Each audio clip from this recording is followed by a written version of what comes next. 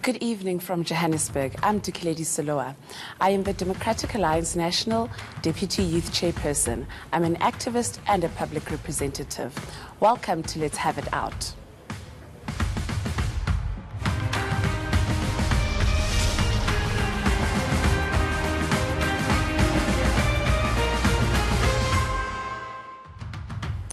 ENCA gives a variety of different newsmakers the chance to host this program, unfiltered, accountable and accessible.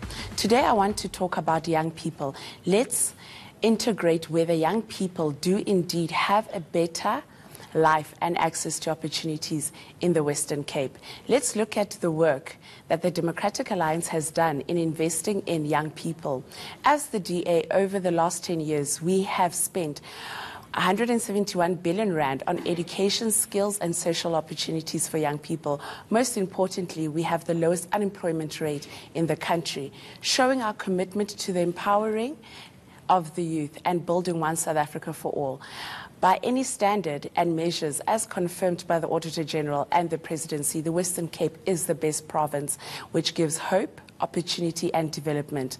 This is why in every election we have grown as a party and will retain the Western Cape. So this begs the question, why would young people look anywhere else besides the DA in the Western Cape and the DA as a whole?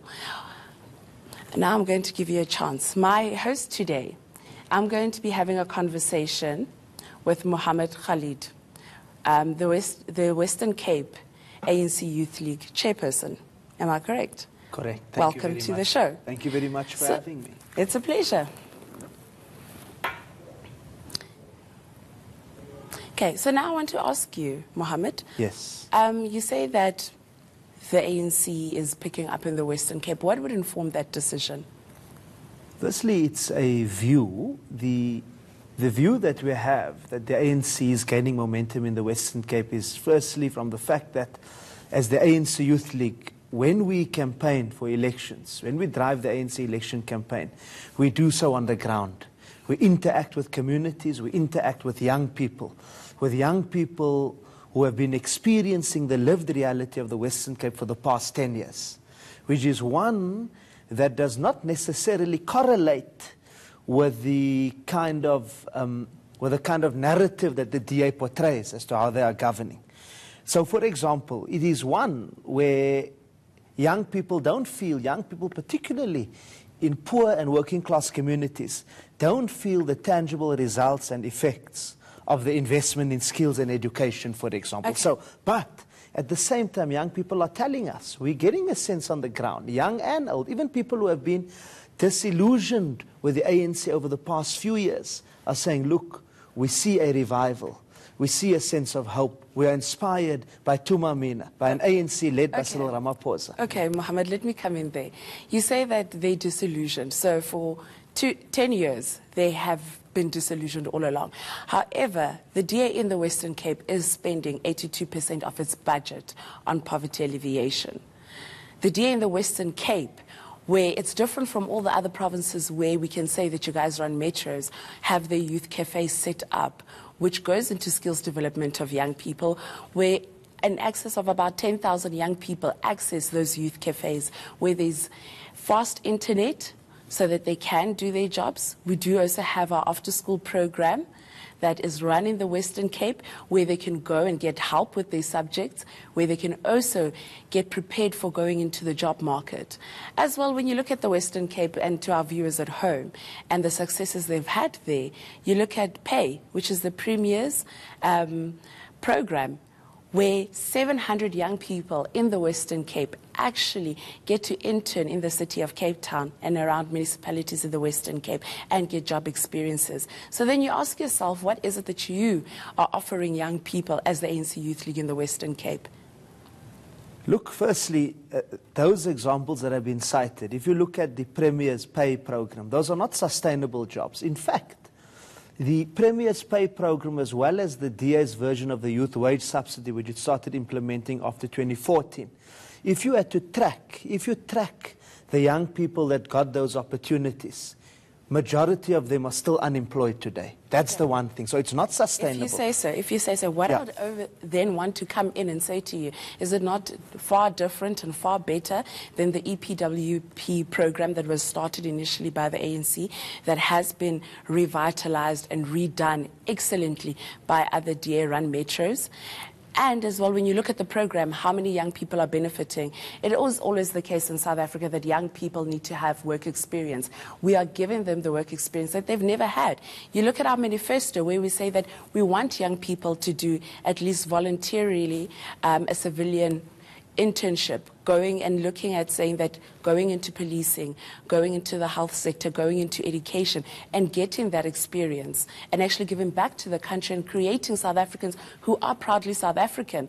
I don't see that happening in any ANC-run government. It's good that you've mentioned policing and young people, because one of the major factors that's contributing to disillusionment on the part of young people, even those that may be given small types of internships, casualization of young people, even they get disillusioned because of the high level of crime in our communities. Now, one of the things that the Democratic Alliance did was to scrap the Bambanani program. The African National Congress, when it governed the Western Cape, had Bambanani. Bambanani ensured that young people in communities were able to get work experience through being crime fighters, through being involved in assisting the police, and also getting off the streets and being part of fighting crime.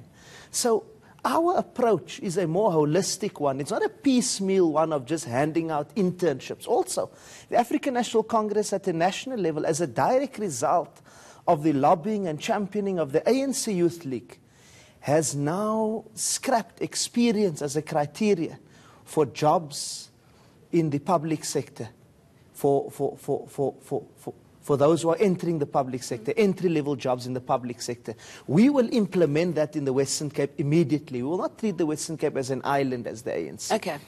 Now, Mohammed, you come in and you say that people are disillusioned. Having an internship coming from poverty is not disillusionment. It's actually going and being given an opportunity and making the most out of it. What stats do you have to prove that these young people, some of them are not being absorbed into the system? Because that is not on the table. And by the way, when you talk about how scrapping entry-level job experience for entry level. This was something that it wasn't just something that the ANC Youth League ran with or through the NYDA. This was something that young people in South Africa said, enough is enough. I don't have 5 years experience, but I am qualified to get this job. I am qualified to go into the job market and to offer something to a company or an organization and in public sector. And it's not just about going into the public sector. It's about looking at all spheres.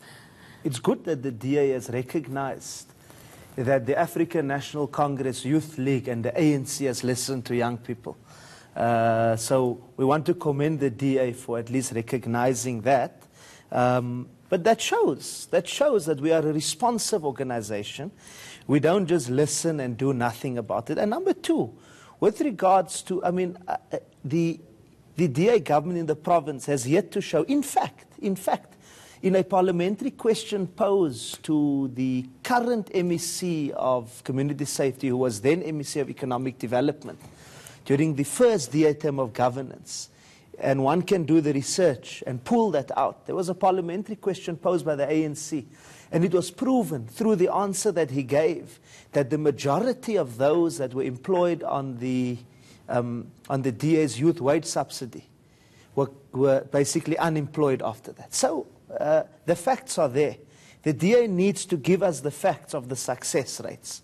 We don't see the success rates of these programs in areas such as Khayelitsha, in Thembalethu, for example, in Manenberg, in Hanover Park. What we see are young people dying on a daily basis as a result of crime, gangsterism and drugs, because the social conditions, the Democratic Alliance fails to address the social conditions.